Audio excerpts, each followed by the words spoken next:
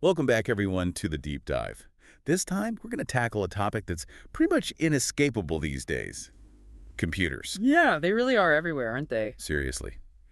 You all sent in a ton of articles and reports for this one, which I have to say is a really cool mix. Oh, yeah. It's like almost half and half, talking about how great computers are and how they're maybe not so great. Well, that makes sense, doesn't it? I mean, they're such a powerful tool. Exactly. And that's why we're doing this deep dive, right? To figure out what's what. To really unpack all the different ways computers are impacting our lives. For better or worse. For better or worse, exactly. Plus, some of the stuff you sent is just wild. Oh, like what? Like one article was talking about how computers can be used to like track climate change. Oh, wow, yeah. That is pretty amazing. Right. It's mind-blowing. Yeah, it really is incredible how computers can be used to tackle those kinds of big, complex problems. And it's easy to kind of forget how powerful they are because they become so normal, you know? Oh, absolutely. They're just part of everyday life now. But seriously, think about it. Like, computers could do calculations in seconds that would take, like, a whole team of mathematicians, I don't know, days to figure out. It's true, they're incredibly fast. Super fast. Yeah. And accurate. Right, and that accuracy is so important. I mean, think about things like, financial transactions or scientific research. Yeah, where even a tiny mistake could be a huge deal. Huge. So the fact that computers can eliminate so much of that human error, it's a game changer. It's kind of like having a, I don't know, a super precise brain that never gets tired. And speaking of never getting tired, their storage capacity is pretty mind-boggling, too. Oh, yeah. I remember reading a report. It was saying how we can fit, like, a whole library's worth of information on something the size of your phone. It's wild, isn't it? Like, I remember when floppy disks were a thing, and Yeah, now my gosh, floppy disk. ancient history. But it's amazing how far we've come. It really is. Yeah. But what I find really fascinating is that all that storage, combined with how fast computers are, means we can do things automatically that we could only dream of, like, a few decades ago. Oh, absolutely. That's what's really revolutionized so many industries. Businesses can automate all sorts of tasks, which frees up people to focus on more creative work. Yeah, it's like computers doing the boring stuff so we don't have to. Exactly. And that leads to more productivity and often even cost savings. But it's not just businesses. Think about our own lives. How much time do we save with online banking or shopping or scheduling appointments? It's true. I mean, I definitely take all that for granted sometimes. But that brings up another point, right? Like we've been talking about all the good stuff, but what about the potential downsides? You're right. We have to acknowledge those too. I mean, it's great that we can work with people on the other side of the world or video chat with family across the country, but... But all that screen time can be a problem. Right. It can be. We're seeing an increase in things like eye strain, bad posture, even sleep problems, all related to spending too much time looking at screens. Yeah, I definitely feel that sometimes after a long day working on my computer. But is it really the computers themselves that are the problem? Or is it more about how we use them? That's a really important point. Like anything else, moderation is key. Taking breaks, having a good ergonomic setup, making time for activities that don't involve screens. Right, getting some fresh air, moving around. Exactly. Those things can make a huge difference in minimizing the negative effects. It's about finding that healthy balance. Okay, that makes sense. But what about things like hacking, data breaches, all that scary stuff? Yeah, that's a real concern. Cybersecurity is something we all have to be thinking about these days, especially as our lives become more and more digital. So what can we do to protect ourselves? Well, strong passwords are a must, of course, and keeping your security software up to date. Right, those are the basics. They are, but there's more to it than that. Being aware of phishing scams, practicing safe browsing habits, using secure Wi-Fi networks. Oh, yeah, that's a good point. Like, not just connecting to any random Wi-Fi that pops up. Right. It's easy to overlook those things, but they can really make a difference. Another concern I saw mentioned a few times was, like, if we rely on computers too much, will we end up less able to solve problems on our own or think critically? That's an interesting one.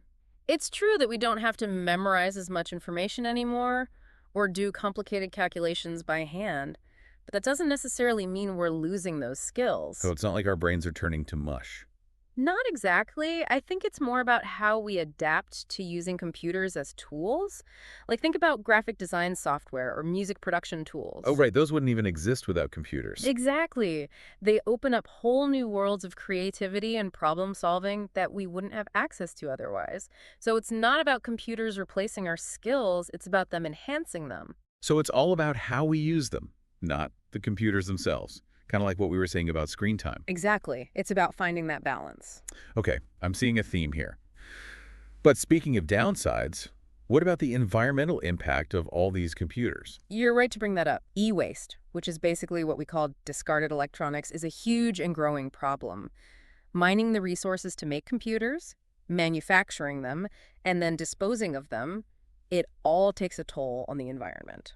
So it's not just about using them responsibly, it's about what happens to them after we're done with them, too. Absolutely. Supporting companies that prioritize sustainable practices, recycling old electronics properly. Right, and making sure they don't end up in a landfill somewhere. Exactly. Those are all things we can do to minimize the impact. Okay, so lots to think about there. But let's switch gears a bit.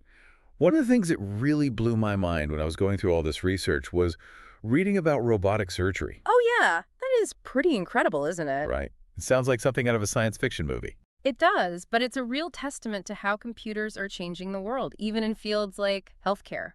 Robotic surgery can be so much more precise, and patients often recover faster. That's amazing. Okay. What other areas are you really excited about when it comes to how computers are being used? Well, education is a big one for me. Think about online courses, ebooks, all the different ways people can learn and access information now. Right, like you don't even have to physically go to a school anymore to get a good education. Exactly. And that has the potential to make such a huge difference in people's lives all around the world. It really does open up a whole world of possibilities, doesn't it? It does. And it's not just healthcare and education. Businesses use computers to analyze tons of data and figure out consumer trends. Researchers use them to run complex simulations. Engineers use them to design everything from bridges to spaceships. I mean, it really does feel like there's no limit to what we can do with them. But the possibilities are endless, and that's what's so exciting. Computers aren't just changing how we do things, they're changing what we can achieve. That's a great way to put it. But, we talked earlier about technology being a double-edged sword. What are some of the negative impacts we should be thinking about as computers become even more powerful? Well, one thing that worries a lot of people is social isolation. It's great that we can connect with people online, but It's not the same as real-life interaction, right? right. And there's a risk that if we spend too much time in the digital world, we might start to neglect our real-world relationships and feel disconnected from our communities. Yeah, I can definitely see that happening. It's like anything else. Too much of a good thing can become a bad thing. Exactly. And another big challenge is making sure everyone benefits from these technological advancements. We've talked about the digital divide, but But it's not just about having access to a computer, right? It's about having the skills to use it effectively. exactly. Digital literacy, understanding online safety, being able to evaluate information you find online, these are all becoming essential skills in today's world. So it's about empowering people to be informed and responsible users of technology. Absolutely. We don't want to create a society where some people are left behind simply because they don't have the skills or resources to navigate the digital world. That makes a lot of sense. So we've got these amazing tools, but we need to be mindful of how we use them, both individually and as a society. Exactly. We need to approach technology with a critical and mindful perspective, recognizing both its potential to improve our lives and the potential risks we need to mitigate. Okay, lots to think about there. But I feel like we've just scratched the surface of this topic. There's still so much more to explore. Oh, definitely. This is a deep dive, after all. Oh. We've got a lot more ground to cover. Welcome back to the deep dive. It's really pretty amazing when you think about it, how these machines, computers that we created, Yeah. they're now like reshaping how we live, work, interact with the whole world. Kind of a paradox, isn't it? It is fascinating. They're a product of human innovation, but they're also pushing us to innovate even more. Right. And it's not just like practical stuff. It's, I don't know, almost philosophical. Oh, how so? Well, we've talked about all the advantages of computers and the disadvantages, all the different ways they're used and the potential problems. Right. So where do we go from here? How do we make sure computers are actually benefiting humanity, as a whole? That's the big question, isn't it? And honestly, I don't think there's one simple answer. But I do think education has to be a huge part of it. Education. Yeah, like we need to teach people not just the technical stuff, like how to code, but also how computers work on a deeper level. Oh, interesting. How to think critically about the information they find online, how to recognize misinformation. So like digital literacy. Exactly. It's becoming just as important as reading, writing, and math, because it's not enough to just have access to technology. Right, you have to know how to use it responsibly. Exactly. And that brings us back to the digital divide. We can't just assume everyone has equal access to technology or the knowledge to use it effectively. So how do we address that? I mean, it seems like a pretty big problem. It is, but there are things we can do. Investing in infrastructure so everyone has affordable internet access is crucial. Right, because that's still a barrier for a lot of people. It is. And we also need programs that teach digital literacy skills to people of all ages and backgrounds. So it's not just about kids learning how to code in school. It's about everyone having the opportunity to develop these essential skills. Okay, so we've got individuals taking responsibility for their own technology use. We've got education systems teaching digital literacy. What about the bigger picture? Like, what role do businesses and governments play in all of this? Oh, they have a huge role to play. We need policies that encourage responsible innovation in the tech industry. Like, what kind of policies? Well, things like data privacy regulations, ethical guidelines for artificial intelligence, incentives for companies to develop sustainable technology. Right, because we don't want to solve one problem just to create another one. Exactly. It has to be a holistic approach. Okay, so there's a lot that needs to happen on a societal level. But zooming back in on the individual, like, how do we make sure we're not letting computers control our lives? That's a great question. And I think it starts with being mindful, like really paying attention to how you're using technology and why. So not just, like, mindlessly scrolling through social media for hours. Right. It's easy to fall into those traps. So ask yourself, what are you actually hoping to achieve by using this device? Are you being productive, learning something new, connecting with someone in a meaningful way? Or are you just killing time? This is about being more intentional. Exactly. Once you have a clear purpose in mind, you can set limits on your screen time. Right, like maybe decide you'll only check social media once a day. Or maybe you'll set aside specific times for work and then put your phone away. Oh, yeah, that's a good one. And don't forget about real-world activities. Make time for things that nourish your well-being outside the digital realm. Right, getting enough sleep, exercising, spending time with loved ones in person. Exactly. It's all about balance. So we've talked a lot about the potential downsides of excessive screen time, the eye strain, the posture problems. But what about, like, addiction? Is that a real concern? It is a real concern, and it's something we should be talking more about. The good news is that there are things you can do to prevent it or address it if you're already struggling. Like what? Well, being aware of the signs of addiction is important. Do you feel anxious or irritable when you're not online? Do you find yourself spending more and more time online, even when you have other things you need to do? Okay, so being aware of those signs is the first step. Right. And then you can start setting limits for yourself. Maybe you use an app to track your screen time, or you make a rule that you don't use your phone after a certain time in the evening. And if you're really struggling, that's probably a good idea to reach out to a professional. Absolutely. There's no shame in asking for help. It's important to remember that technology is supposed to serve us, not the other way around. Right, it's a tool, not a master. Exactly. And we have the power to choose how we use it. So it's about taking back control, setting boundaries, and making sure technology is enhancing our lives, not taking over. Exactly. And that's something we all need to be mindful of, both individually and as a society. Well said.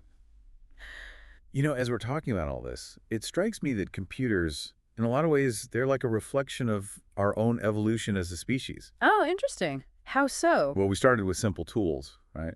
And then we kept creating more and more complex machines. Right. Always pushing the boundaries of what's possible. And with each new advancement, we've had to learn how to use these tools responsibly.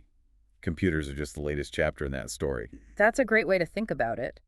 And it highlights how important it is for us to be active participants in shaping the future of technology. So it's not just about passively accepting whatever new gadget or app comes along. Right. We need to be thinking critically about the implications, asking tough questions, and demanding that technology serves humanity, not the other way around. So we've got a responsibility to make sure technology is used for good. Absolutely. And that responsibility lies with all of us, not just scientists and engineers and policymakers. Right. It's up to all of us to create a future where technology benefits everyone. And that's a future worth fighting for. I think you've given our listeners a lot to chew on today. But before we wrap up this part of our deep dive, I want to share something that really stuck with me from all the research we did. Oh, I'm curious. What is it? It's this idea that computers, even though they're so complex and powerful, they're really just reflections of us, of our ingenuity, our creativity, and yeah, even our flaws, That's deep. right? Because we're the ones who created them. So how we use them, it really says a lot about who we are as a species. It's true, and I think that's a really important thing to keep in mind as we continue to develop new technologies. We have to be thinking not just about what we can do, but about what we should do. So the ethics of technology. Exactly. It's not enough to just focus on the technical aspects. We have to consider the social, the economic, the environmental impacts as well. That's got ripple effect. It is. And those ripples can be positive or negative, depending on the choices we make. Well, on that note, maybe we can leave our listeners with a final thought-provoking question to ponder as we move into the last part of our deep dive. I like that. What do you have in mind? How can we ensure that the future of computers is one where technology empowers individuals, strengthens communities, and helps us create a more just and sustainable world?